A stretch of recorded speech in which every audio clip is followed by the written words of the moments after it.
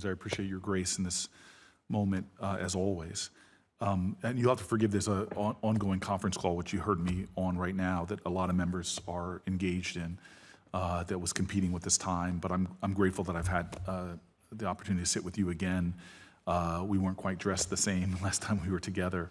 But I just want to say for the record how extraordinary I found my time with you, not just because of your knowledge, your thoughtfulness, your sort of larger understanding of pragmatic strategy, but honestly, to have a person in the position that you are in to see so clearly your heart and your empathy and your hurt about what was going on, the authenticity of your spirit encouraged me more than you know, and I'm grateful. You are where you are, you're doing what you're doing, and I just want to give my gratitude to your team, because dealing with this every day, I found myself when I left there so overwhelmed by the enormity of the crisis, the agony of it all, that it was difficult to go on with my work without being really permanently affected. So I can only imagine how you're having to deal with this in every moment of every day as you and your team try to find a way to resolve this conflict. I want to start my questioning with just this clear determination that the administration has already made, declaring ethnic cleansing, declaring war crimes, to talk to Masalit when I was there and hear their agonizing stories. It is clear that those declarations, in my opinion, were well-founded. But the question is sort of what is the follow-up, the administration after the declaration, to really try to prevent the isolation of certain ethnic groups and what clearly is an attempt to annihilate them. Well, thank you for the question and the kind words. It's, as you know, the situation even in Chad, when people have escaped true terror-type conditions, is still pretty bleak. We are incredibly grateful that UNICEF and WFP and OCHA and others are there helping people, but you could see the trauma on people's faces. You could also feel the growing level of anger and polarization when you've seen your community, your people, ethnically cleansed, when you've seen your sisters and mothers raped, and with that being an intentional part of the war and a targeting of communities. And as I've heard over and over again, the re-traumatization of getting outside and realizing the world didn't even know what was going on. I remember being at an iftar of people who'd recently escaped Darfur on a different trip. This was, I think, in Kampala.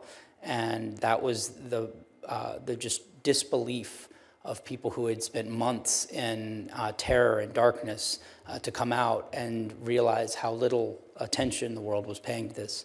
I think we're seeing that shift. I think we're seeing more coverage. We're certainly seeing an elevation of diplomatic efforts, and I think that's been noticed and felt. I think that the people that are fighting and fueling this war are feeling more heat, and therefore, I think, hopefully, more of a commitment to helping to resolve the conflict. So to your question about what the actions are, the number one thing we are trying to do is to end the war. And we are not trying to end that war by some power-sharing arrangement between bad actors. It's about restoring the constitutional transition that began years ago and handing the future of Sudan back to the Sudanese people.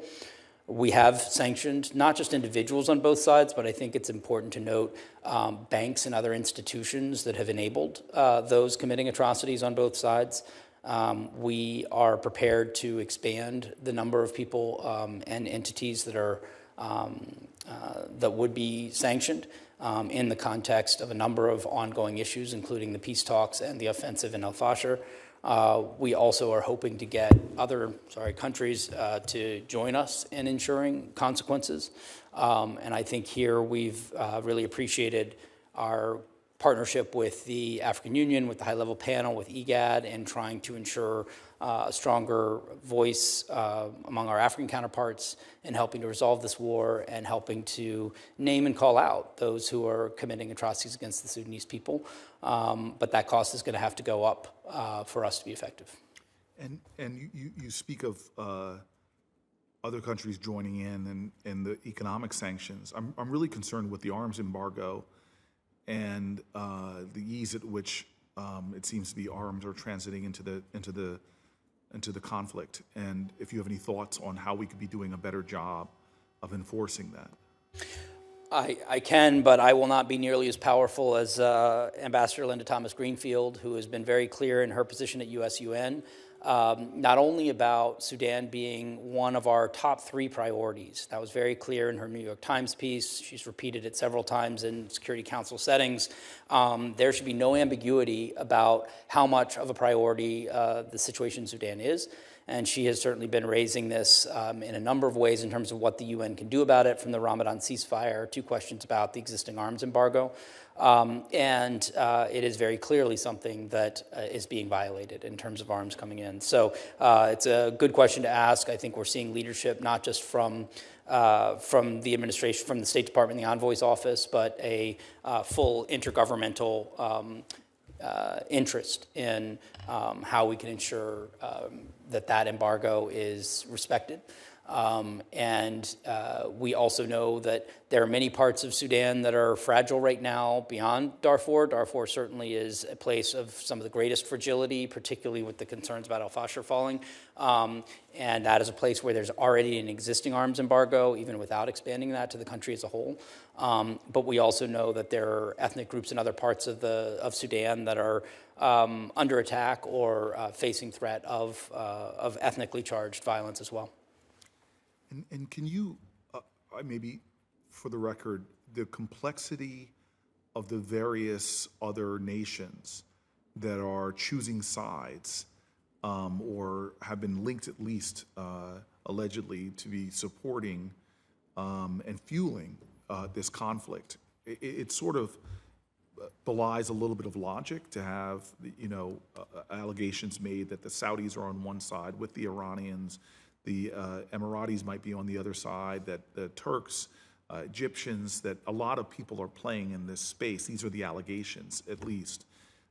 It creates a much more complicated picture that may be giving and fueling this sense of both Hemedti and Burhan that they have wind at their back or hope that they could be victorious, otherwise being left as simply being an internal conflict. Is there anything you could say to help sort of like paint that picture on the record? I think there are ways in which this conflict is actually extremely simple, and then there are ways in which it's incredibly complex. I think on the simple side, this was a war of choice that was started by 2 generals and their leadership corps having a power struggle over control of the country and the military. It was not something the Sudanese people wanted. I don't think it was something that was primarily fueled in terms of its instigation by outside actors. And this was preceded by, of course, those 2 actors that are now fighting, having colluded in a coup to prevent the people from having their civilian and democratic future. So as much as these 2 are fighting with each other, they also have a very long history of working together and interactions from the creation of the RSF itself through. In that sense, I think in the simplest way, I come back to the idea that this war was a war of choice, and it also could be that those same leaders choose to end the war tomorrow. They're not going to, but it should be clear in terms of the blame for this suffering. That the RSF and the SAF have decided to have this war, and they've decided to continue this war. In terms of the external actors, this can get very complex very quickly, and I think this is where part of what we have been crystal clear about in the last few months with all of the actors, those who are being constructive and those who are not, is whatever you felt about this situation a few months ago. We certainly think everyone should have been appalled by the level of atrocities and suffering. But even if that is not something that gets to your heart, at least on the level of your head, this is now getting out of control. And because we see more, not just foreign governments potentially being involved, but foreign actors, foreign fighters, and others, you take a 2-sided war and start to make it much more complex, which makes it typically much harder to solve and resolve. The Sudan is, of course, a vast land geographically, And it is the place where bin Laden spent 5 years building out the al-Qaeda network and planning attacks on U.S. targets. And the only people who win from the country falling apart in the way that it could are extremists who want to do harm, not just to us, but to many of the regional actors. So I think at this point, the simplest way to think about the conflict is that everybody loses on the course we're on.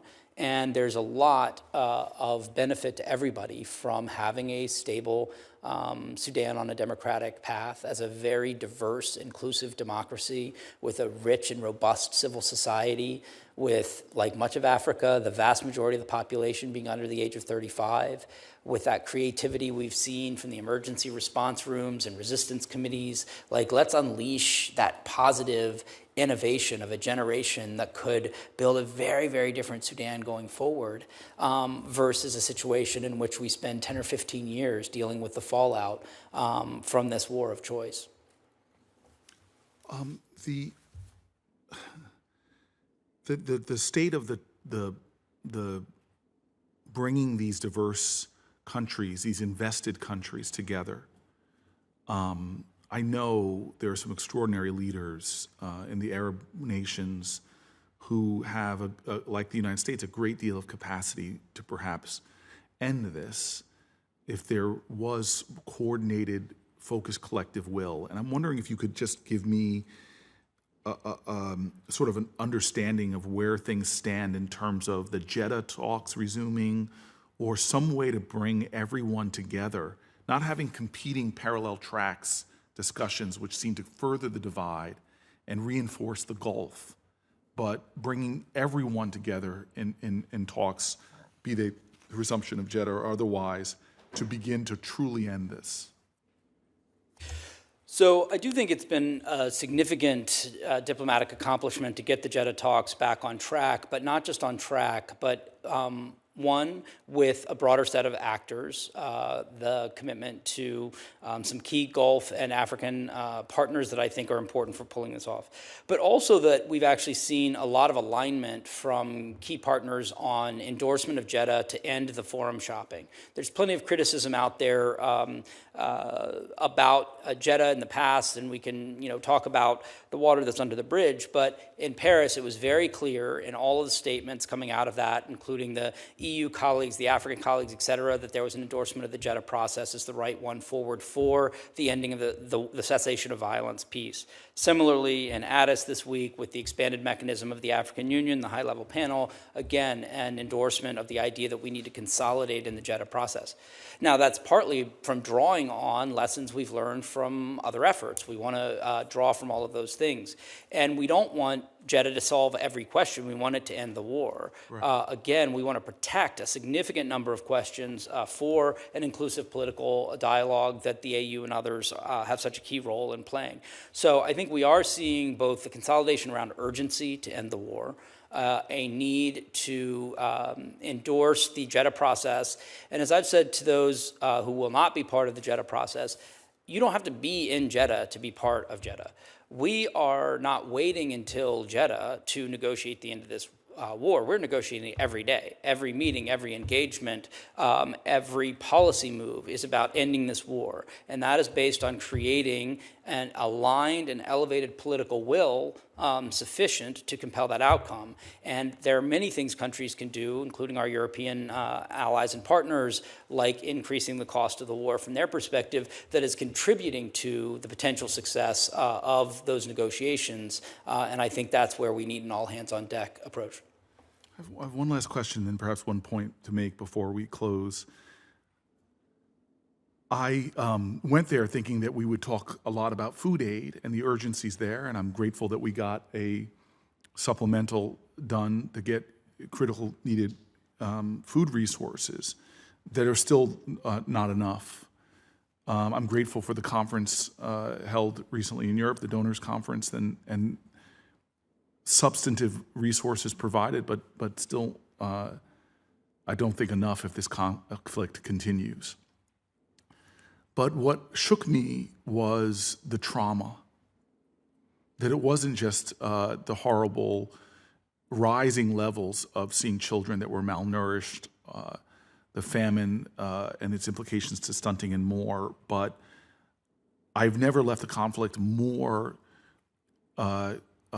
affected by the urgent need for socio-emotional, psychological, trauma-informed care. And I don't know if you have any insights, maybe to put on the record in regards to that need, given, as we saw, the women and children that made up predominantly the folks in the camp, but the stories of horrific sexual violence, witnessing the deaths of children and spouses and parents, the rape and the abuse, the robberies, the sheer gravity and extent of it calls out for more than just the food aid that we often are, and medical aid we're talking about. It's a great question, and there are lots of experts better positioned to talk about the kind of counseling and support that's needed. But to get to the essence of the question, I think this war has been dehumanizing, and the best response to that is to rehumanize. And there are many things I think we need to be doing now to try to rehumanize the Sudanese people, particularly women and youth who've borne the brunt of this. And being seen as part of that, being heard. I think that's something where we can act now. I think there's also a particular recognition, and I've had these more complicated conversations with some of the Sudanese civil society leaders that, we always want them to be in the lead and their voices to be in the lead, and they should. On the other hand, I think they will say, we've been doing this for 12 months, shouting into the wind. We've been doing it for 10 years, 5 years. And I think there is a need for all of us to do our part, not to in any way replace their voices with ours, but we do need to be aggressively proactive about how we can amplify those voices, what we can do as allies to raise the concerns that are there. I do think the U.S. government has been very supportive of almost all the major civil society networks, including some that are providing this kind of care. It's interesting, I was at an NGO we support in Kenya that's sort of a support hub for some of the youth activity, Sudanese youth activity. And they got in a physical area, but they built into it, not as part of the original plan. One was a child care center, and another was a place to do trauma care. And that was something, even though they were going to be doing more sort of media campaigning hub support, it just became clear that you couldn't be bringing this group of actors together and not addressing some of these other needs. So I think, and that was something that I think it was either USAID or stated support. I think it was USAID. So I think we are doing a lot of that, but we have to do more. And finding the right way to help, as we talked about, tell this story, tell their story not for them, but understand that they have been not just suffering and so much trauma, but they have been trying to get the world to care about this. And I think that's, again, why this committee, including its staff, has been so essential in saying there is a group that has been paying attention this whole time, paying attention even before the war began. And I think that's one of the things. But on the practical matter, yes, we need to be thinking about out-year budgets. If you're an aid organization now, I mean, I'll let them decide. Like, I don't know what decisions they make, but I know if people are starving, then there's a good chance you're going to shift your budget to food over psychosocial counseling, and we should be in a position where they're not having to make that choice. But again, I think that the number one priority is to end the war, because each day it goes on, there are more atrocities committed to more individuals and more of that trauma. But I hope that you and your colleagues will continue to see this, again, not as a short-term engagement on Sudan. Whether or not the special envoy's role is a shorter or medium term, we can get into in other conversations. But the partnership with Sudan clearly is something that will need to go on for a long time. And hopefully we see not just a need to stand with Sudanese people, but to make a long-term investment, particularly in the younger generation, that we think can build a very different and better and more resilient Sudan. I'm so happy you said that. And maybe the best way to bring this to close is to return to you and I in Adre.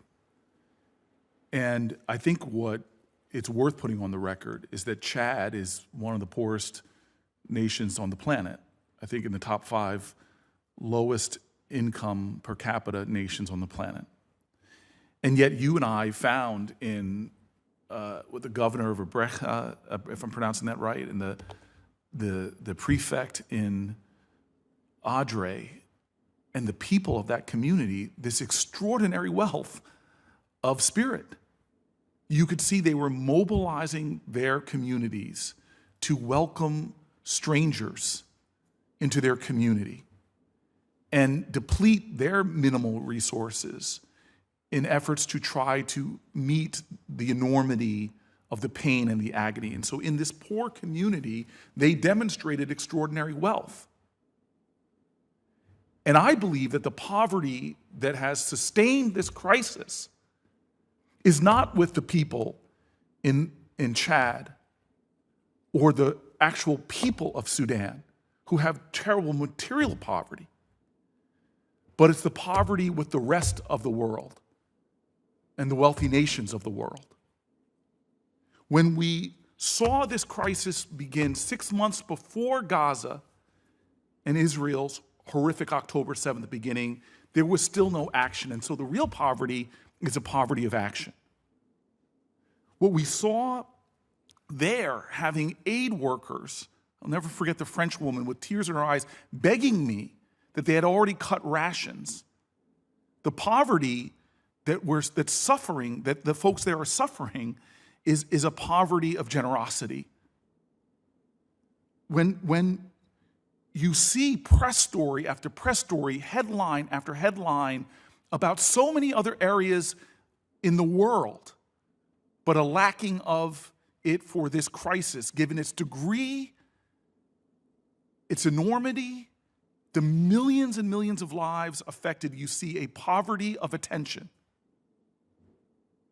And when you understand that we all have equal dignity and we all have equal humanity, that we are our brothers and our sisters' keepers, that the human family is intricately interwoven and intertwined, ultimately what we're dealing with here now in the global context for the people of Sudan is a poverty of empathy. Martin Luther King said it so compellingly decades ago, and it is so true now. What we will have to repent for in our day is not just the vitriolic words and violent actions of the bad people, but the appalling silence and inaction of the good people. We are the good people, but we have to repent. And the pathway for our own redemption in this globally horrific crisis that has suffered our poverty of love, the only pathway for repentance that I can see is what you said. Yes, we need to end this fighting, but the crisis will not be over. We still saw the scars in Chad of the 2005 Darfur crisis, that they were still struggling with that a generation later. That the pathway for redemption has to be in sustaining the attention, the empathy, the focus on this crisis, even after the conflict has stopped.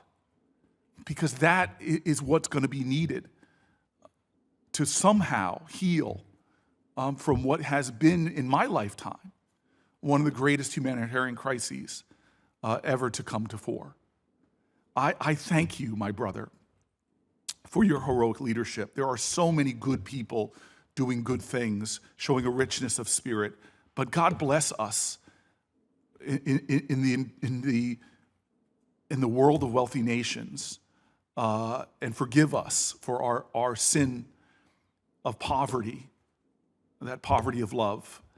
And I hope that with the attention that you're bringing to this crisis and others, that we will redeem ourselves. Thank you. And with that,